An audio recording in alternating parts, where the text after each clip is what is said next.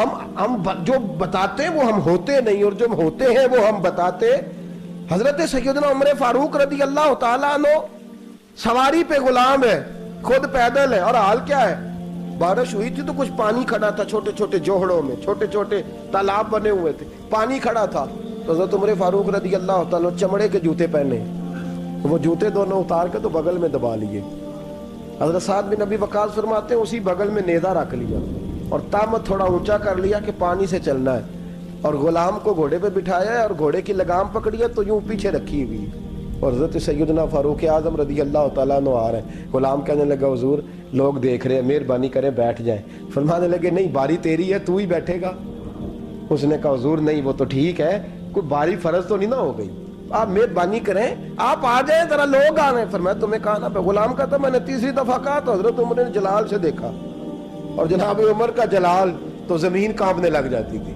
کہتے ہیں کہا حضور آپ آ جائیں، تو کہتے تجھے کہا ہے نا چپ کر کے بیٹھا رہے، کہتے ہیں میں گھوڑے پہ ہی کانپنے لگا۔ غلام اب حضرت سعد بن ابی وقاص کہتے ہیں سورج غروب ہو رہا تھا، شعائیں پانی میں پڑ رہی تھی، حضرت عمر پانی سے، میں نے غور سے دیکھا تو دوڑا گیا، جا کے نا بچے نہیں مشورہ دیتے ابا جی کو، ابا جی انج نہیں کریدا، دور بدل گیا جے، کہتے میں دوڑا گیا اور جا کر کے حضرت سیدنا عمر فاروق کو کہا حضور مہربانی کریں، ٹھیک ہے آپ کی درویشی سے کون آگاہ نہیں، وزیر کھڑے ہیں، سفیر کھڑے ہیں، بڑے بڑے عمرا، بڑے بڑے ملکوں کے حکمران ہیں، آپ مہربانی کریں یہ تامت ذرا نیچا کریں، اور جوتا پہن لے، اگر خراب ہو گیا تو اللہ نیا بھی دے دے گا، اور مہربانی کریں ذرا غلام کو کہیں نیچے آ جائے۔ حضرت عمر کہنے لگے تمہیں کیا تکلیف ہے؟ کہا حضرت جی وہ وزیر مشیر کھڑے ہیں، یہودی ہیں، عیسائی ہیں، نجرانی ہیں، بہت بڑے بڑے مذاہب کے اور بڑے بڑے ملکوں کے ہیں، آپ کا بڑا نام سنا ہے۔ حضرت سیدنا سعد بن ابی وقاص فرماتے ہیں میرے ساتھ اتنا ترش رویہ حضرت عمر کا پہلے کبھی نہیں ہوا، کہتے ہیں ماتھے پہ شکن آیا اور کہنے لگے تجھے تیری مار ہوئے، ان 4 لوگوں کے لیے میں اپنے نبی کا طریقہ چھوڑ دوں، ان 4 دنیا داروں کے لیے نبی پاک کا طریقہ چھوڑ دوں؟ فرمانے لگے سر سے پگڑی اتاری حضرت عمر نے جلال میں، فرمانے لگے میرے سر پہ جو بال ہے نا یہ مجھے کسی دنیا دار نے نہیں دیے، یہ ساری عزتیں مجھے آمنہ کے لال نے عطا فرمائی ہے، اور میں ان محبوب کا طریقہ ان 4 لوگوں کی خاطر چھوڑ دوں؟ فرمایا قرآن کہتا ہے ان اللہ یأمر بالعدل والاحسان، جب میں نے خود عدل کا تقاضا یہ رکھا ہے کہ کبھی وہ بیٹھے گا کبھی میں بیٹھوں گا، باری اس کیا تو میں کیسے بیٹھ جاؤں؟